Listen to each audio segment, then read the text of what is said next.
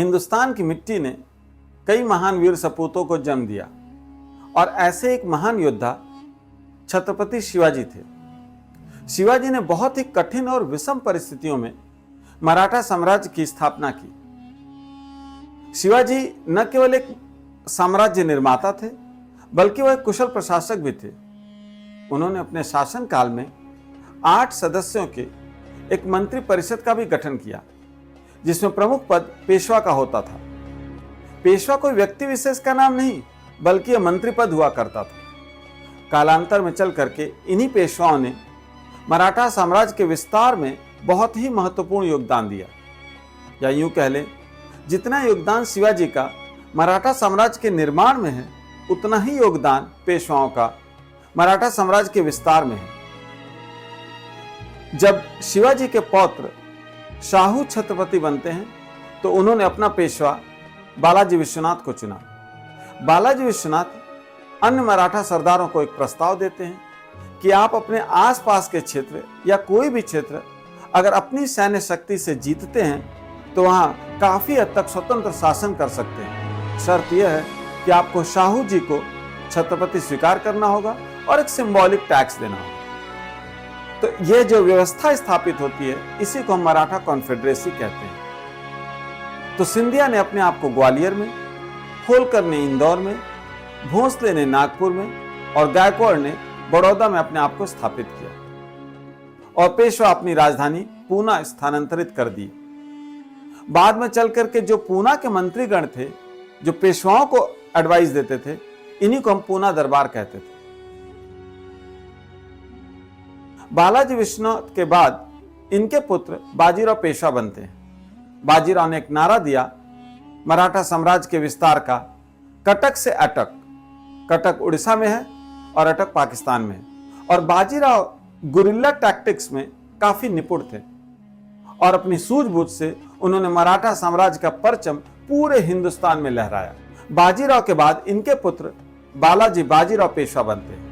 यूं तो मैंने बताया कि पेशवा एक मंत्री पद हुआ करता है, बट धीरे धीरे होता क्या है कि पेशवा का जो पद है वही वंशानुगत या हेरिडिटरी हो जाता है। बालाजी बाजीराव शाहू के समय तीसरे पेशवा थे और याद करना बहुत आसान है कि अनफॉर्चुनेटली बालाजी बाजीराव जो मराठा कॉन्फेडरेसी के एक तरह से लीडर थे, वह अफगानों से थर्ड बैटल ऑफ पानीपत में हार जाते हैं और यह हार मराठों के ऊपर एक वज्रपात सा होता है, जिसमें पेशवा बालाजी बाजीराव अपना एक पुत्र भी खो देते हैं, जिनका नाम विश्वासराव था। इससे पहले ही 1750 में शाहू जी ने सारी शक्तियां एक एग्रीमेंट के तहत, संगोला एग्रीमेंट जिसको हम बोलते हैं, उसके तहत पेशवा को बना दिया था। तो अब मराठा शक्ति का जो केंद्र बिंदु था वो पेशवा था।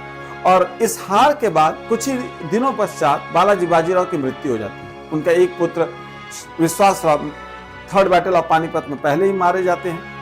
तो इनके और पुत्र माधवराव पेशवा बनते हैं। माधवराव जब पेशवा बनते हैं तो यह बालक थे और इसलिए इनके चाचा रघुनाथ राव, जिनको मराठा इतिहास में हम राघोबा के नाम से जानते हैं, इनके संरक्षण में थे। धीरे धीरे वो बड़े होते हैं और मराठा साम्राज्य वापस से अपने पैरों पे खड़ा होने लगता है। और इसी समय एक और कैपेबल एडमिनिस्ट्रेटर थे, जिनका नाम था नाना फडणवीस। लेकिन माधवराव महज 28 साल की उम्र में इनका निधन हो जाता है। मरने से पहले ही इन्होंने अपने भाई नारायण राव को पेशवा नॉमिनेट कर दिया था। तो इसके बाद नारायण राव पेशवा बनते हैं, पर राघोबा के अंदर एक प्रबल इच्छा शक्ति थी कि वह खुद पेशवा बने। तो इन्होंने एक षड्यंत्र में अपने ही भतीजे नारायण राव को मरवा दिया। लेकिन यह मराठा सरदारों के लिए नागवार गुजरी, पर उनके पास कोई विकल्प नहीं था और राघोबा अब पेशवा हो चुके हैं। लेकिन वो कहते हैं ना, होई है वही जो राम रचि राखा, मैन प्रोपोजेस गॉड डिस्पोजेस। कुछ महीने बाद नारायण राव की पत्नी ने एक पुत्र को जन्म दिया, जिसका नाम सवाई माधवराव है। अब मराठा सरदारों को एक उम्मीद की किरण दिख गई और उन्होंने सवाई माधवराव को पेशवा नियुक्त कर दिया। तो राघोबा भाग करके कंपनी के शरण लेते हैं। बॉम्बे का गवर्नर राघोबा की मदद करने के लिए तैयार हो जाता है लेकिन इसको फॉर्मलाइज करने के लिए एक ट्रीटी साइन होती है जिसको हम ट्रीटी ऑफ सूरत कहते हैं, मार्च 1775 में, जिसमें राघोबा ने एक्सेप्ट कर लिया कि अगर मुझे आप पेशवा बनाते हैं तो मैं सालसेट और बसीन आपको दे दूंगा और वो खुद पेशवा हो जाएंगे। अंग्रेजों ने सालसेट और वसई पे, या बसीन कह सकते हैं, इस पे अधिकार कर लिया। लेकिन इस समय पूरे कंपनी साम्राज्य का जो सबसे बड़ा अधिकारी था वह गवर्नर जनरल वॉरेन हेस्टिंग्स था।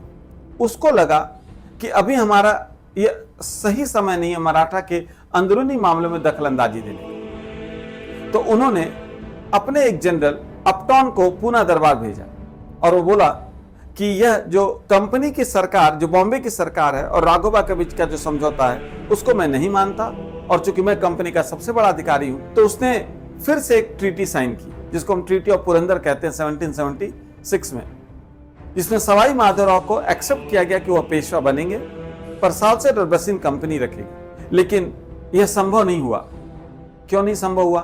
क्योंकि ईस्ट इंडिया कंपनी की जो हेड ऑफिस थी वह लंदन में थी और उसके सबसे बड़े अधिकारी को हम डायरेक्टर्स कहते हैं, जो 24 थे, वह लंदन से अपने बिजनेस को ऑपरेट करते थे और उनको साम्राज्य विस्तार करने की एक भूख थी, क्योंकि इस प्रांत से कॉटन का व्यापार चाइना से चल रहा था और तेजी से विकास कर रहा था।